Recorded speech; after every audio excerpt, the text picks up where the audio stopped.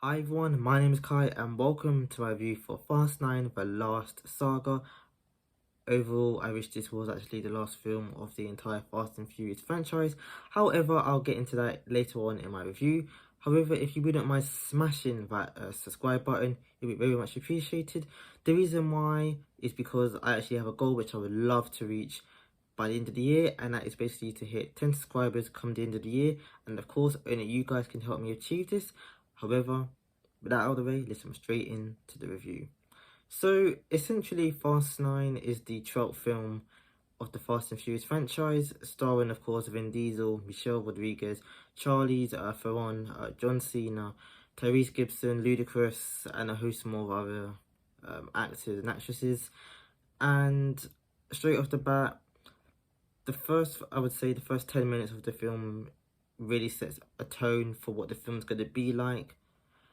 And yes, if you've seen the reviews for it elsewhere, it's just so...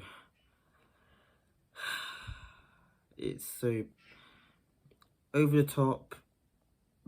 I don't think it's necessarily bad, but it's the fact that it's just really over the top. Acting wise in this, okay. I think John Cena, coming from someone who's actually a wrestling fan and who's kind of grew up watching John Cena, I think he's an all-right actor. I think in this he was perhaps the stand-up performance of this. Everybody else was just kind of like their usual self. They didn't really bring anything new to the film. But I think John Cena in this was the highlight of the film, and was probably the only reason why I actually watched it. Plot-wise, all over the place. Aspects of the story, I didn't even understand why they kind of added it. The number one thing which I'm going to say is when it comes to plot holes and just over the top when it comes to the story, is when Tyrese Gibson and Ludacris's characters basically go up into space.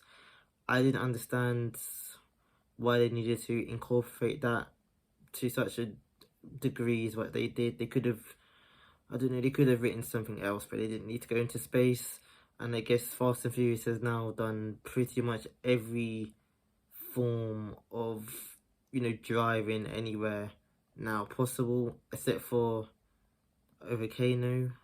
What they've got to do now is drive over a volcano, a hurricane, and a tsunami. And I wouldn't be surprised if in the next one, but they incorporate that somehow, because this one, they just went over the top for being over the top. It's just so... Fast and Furious for me has gone in a direction which it didn't necessarily need to kind of go in. I think once they included The Rock, Dwayne Johnson, I think that's when it started to kind of go down the silly route, and they're kind of just making them basically to make money, which of course that's what you kind of want to achieve. But in terms of long hard fans who've kind of been growing up with the Fast and Furious franchise, to what it was before to what it is now, is a completely different kind of era and franchise of what we're kind of used to. I hope that for the 10th one, they would just kind of bring it back to street racing. Of course, I think the reason why they won't go back to street racing is because it promotes illegal activity, and,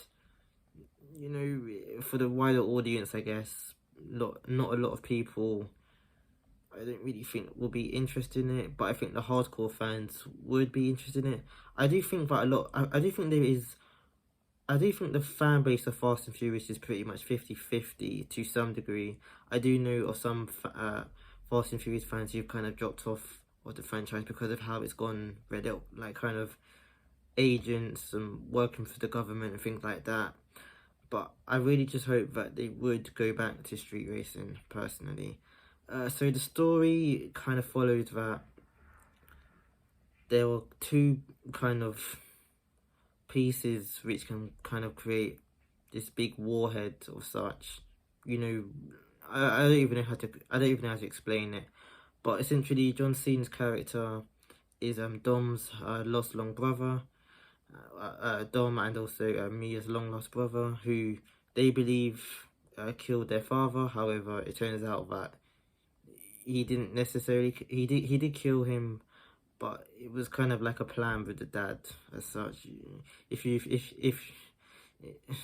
it's just all over the place, but he's kind of joining teams with some other criminal, John Cena's character, and essentially he's kind of being paid to achieve these two like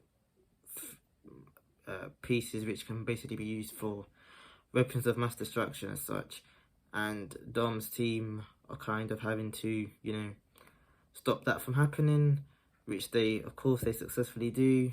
John Cena's character, I'm guessing he's going to be in the 10th one. I'm not too sure because they didn't really, in the ending, they kind of said that there's a seat available and we see a car pull up. We don't really know if it's John Cena's, well, we see it's John Cena's character's car, but we don't actually see him kind of come out and sit with them.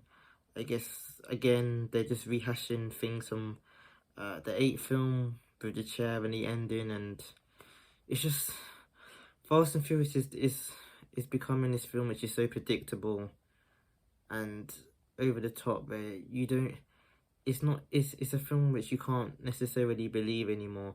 I think, if I'm being honest, you could probably believe more things which happen in Terminator than you could in the Fast and Furious franchise. Everything is just like people flying. It's just so bad. It's so bad.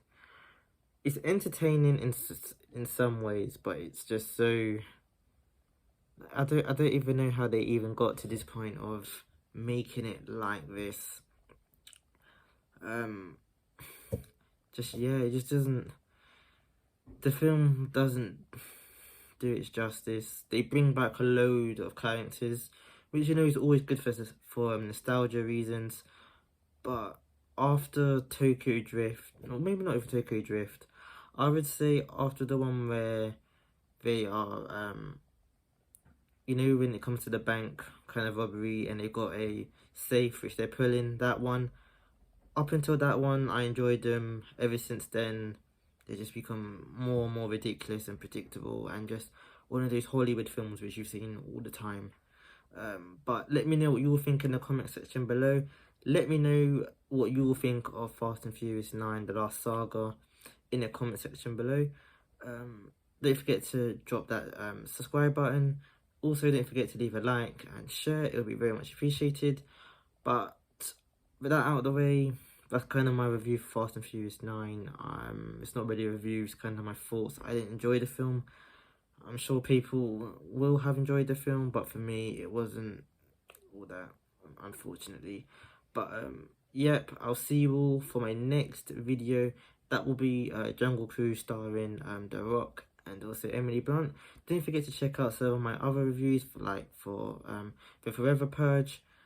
And yeah, Fast and Furious 9. I'm going to give it a 4. I'm going to give Fast and Furious 9 a 4 out of 10. Yeah, I'm not going to watch this film, I don't think, ever again. I only watched it because of John Cena, like I already mentioned. But anyways, that's all for my review, and I'll see you all on my next video. Peace.